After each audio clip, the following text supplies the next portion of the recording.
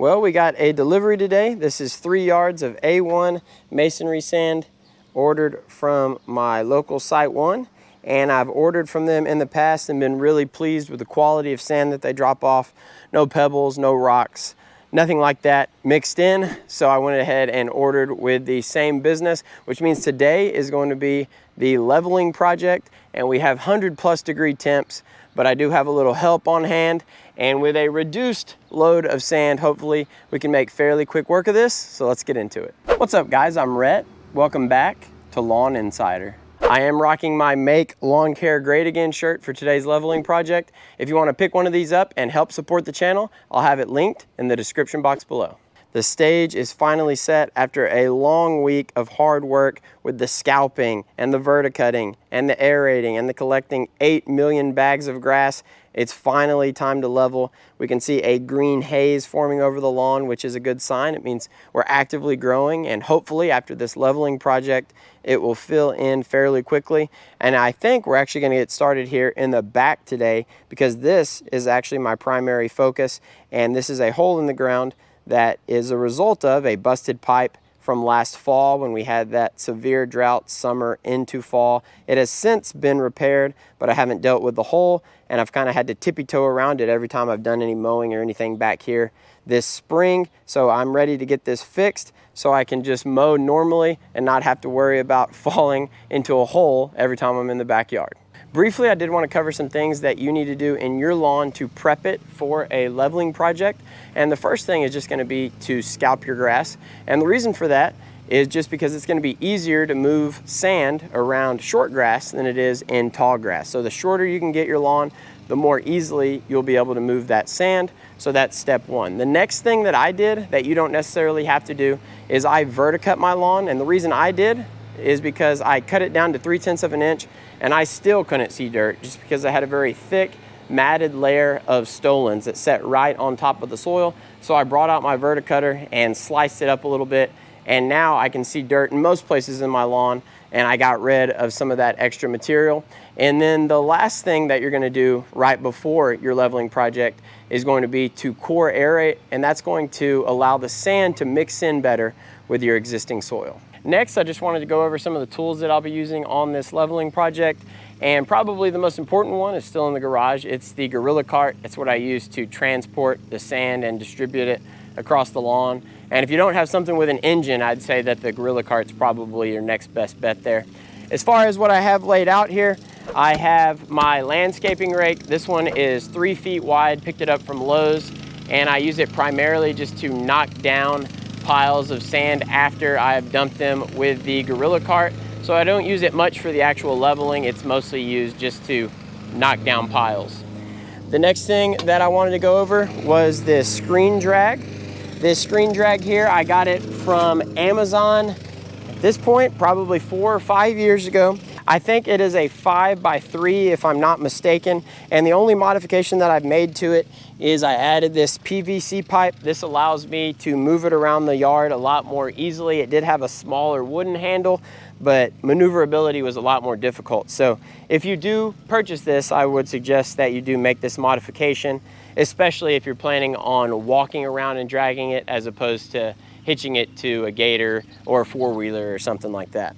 And then the last tool that I wanted to talk about was this leveling rake. This is 40 inches wide. It does a good job sliding over those little grooves in your lawn and leveling out those areas. This is going to be used more for fine tuning, and then most of my leveling will be done with that screen drag because it just does a better job of doing more at once. It's a little bit more efficient. If you wanted to go over the whole lawn with this, you could. It's just going to be a little bit more work than with that screen drag. And then as far as the actual methodology of the leveling project, I'm just going to take the Gorilla Cart, and then every so often I'm going to dump a pile. I'm going to come back with the landscaping rake, knock over that pile, and then just proceed to spread it out with the screen drag and then the level rake. So the actual process, not too difficult to understand. It's just a little bit time consuming and a little bit labor intensive, especially when it is 100+ degrees outside. But that sand is not going to move itself. So here we go.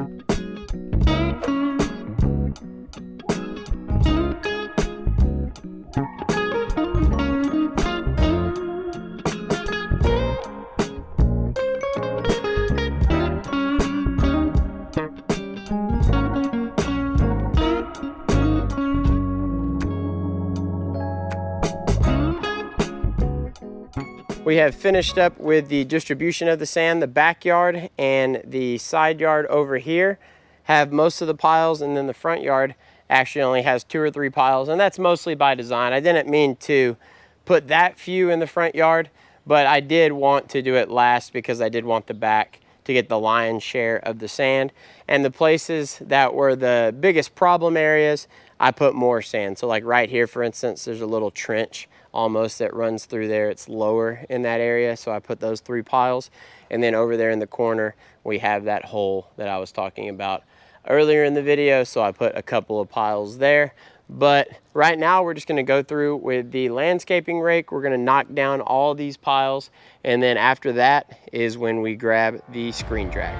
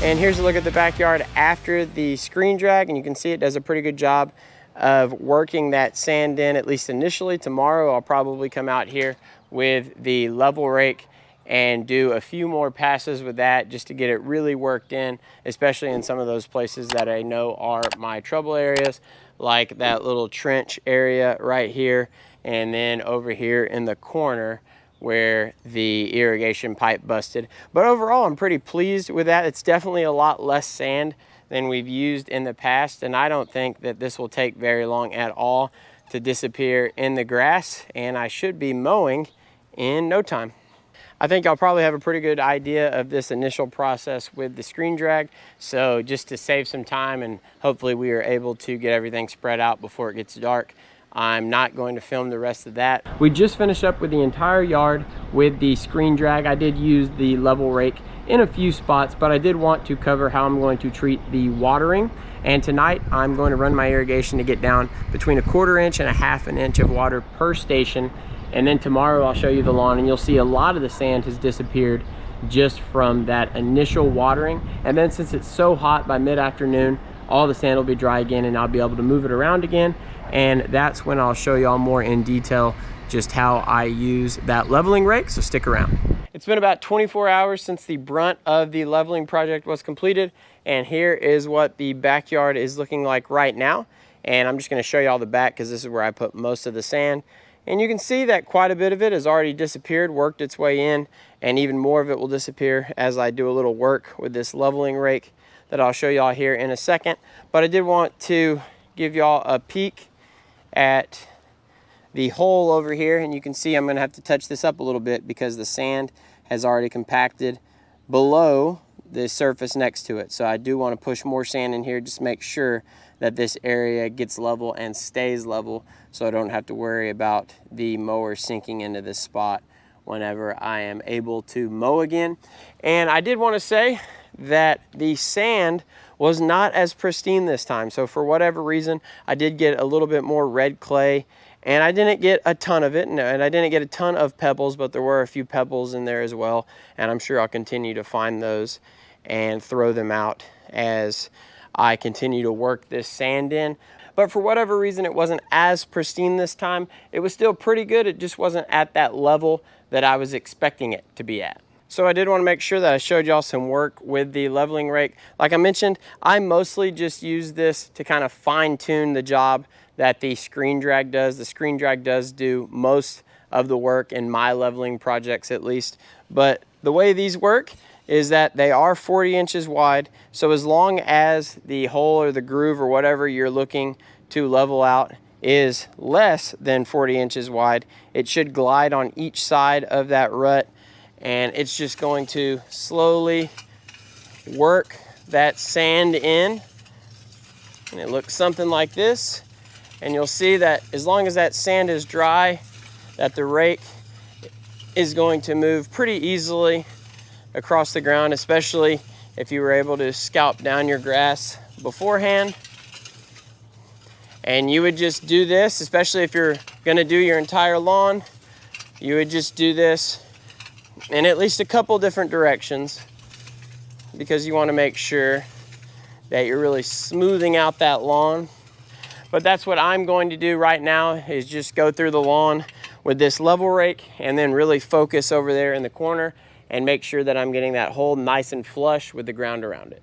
I also wanted to say that not all level rakes are created equal, and I think that this one from R&R Products is the best one on the market. It's at least the best one that I have used, and I don't get any affiliate commission from those guys. So I just like it because there's nowhere for sand or rocks or debris to get caught on the top of it. And then just the overall build quality of this rake compared to some of the ones that you'll find online, specifically on Amazon. This one's just noticeably more sturdy. Hopping on now for one final update on the leveling project and the lawn renovation as a whole. It's been 3 weeks since we put the sand out, and this is what the lawn is looking like. Now, unfortunately, we are in the shadows right here.